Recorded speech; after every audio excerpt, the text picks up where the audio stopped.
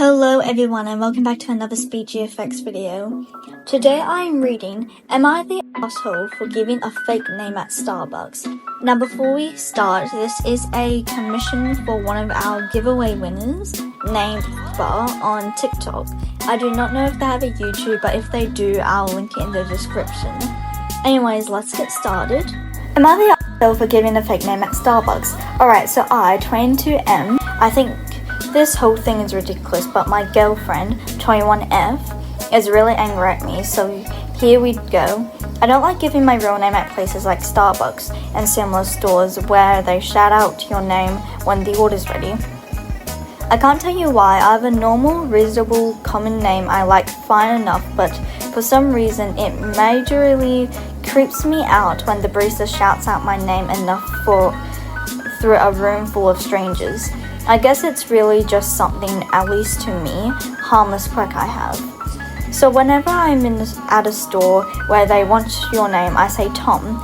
That's literally the name I use. Nothing inappropriate or outlandish, just plain Tom. I know I am meant when they call it, as I always use the same one so there is no confusion or anything. They yell Tom, I get my drink, food, and it's never been a problem till now. A couple days ago, I was at Starbucks with my new girlfriend and ordered our drinks. While she sat down, I gave them my fake name as always, and when our order was ready, they shouted Tom. I went and got it. My girlfriend was a bit confused and asked me if I went and got someone else's order, which is fair enough. So I explained the whole thing to her and thought that's that, but she got really angry. She says it's really disrespectful to lie like that and that I'm making everyone in the store out to be a creep. Who will do something bad if they know my name, which is not at all what's happening. I just don't like it when they yell my real name, so I found a harmless way to get around that. But she can't see it like that. She thinks I'm a pathological liar who is suspicious of everyone and I need to stop. I really can't see the problem she has. It's really not that deep. I don't think I'm hurting anyone, or am I? So yeah, I'm really confused by her reaction, asking myself if I'm so after all for some reason. I can't comprehend. So Reddit, am I the asshole for giving a fake name? Hey guys, so that was actually finished pretty quickly, and we still have around 3 minutes of the video left.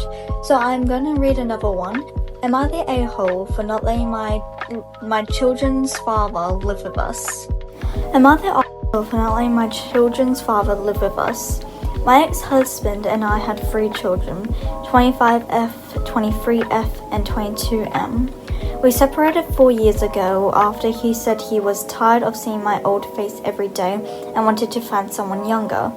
His words to my face when asking for a divorce. The divorce was a mess. He tried in every way to take everything I had and even had to take on half of his debts. Long story short, I never talked to him again face to face, and we only talked through lawyers when it's something about our children. Months ago, from my children, I found out he was diagnosed with cancer and it is in an advanced stage.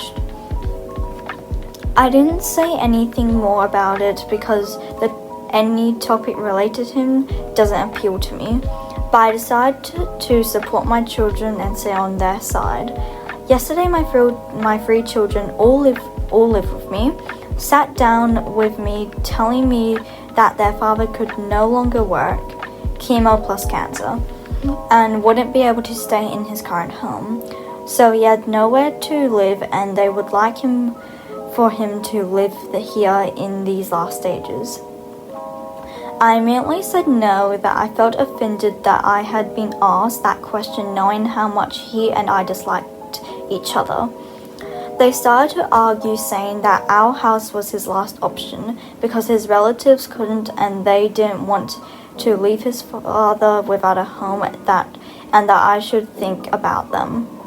I asked who would take care of him when things got worse because all 3 of them worked outside home and I worked from home. Or who would cover all of his financial and medical expenses.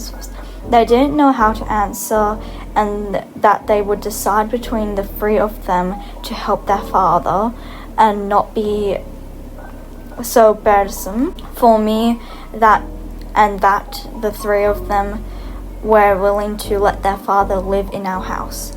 I said despite valuing their opinion, other mattered in the house. Their matter is my decision alone, and it remains no. They called me heartless and don't think that they are just trying to give their father a place to live. Not my ex-husband and I. Edited mistake. Was being petty about all the things he did and not thinking about them. They still pressure me to change my mind, especially with their father only having 15 more days in his house.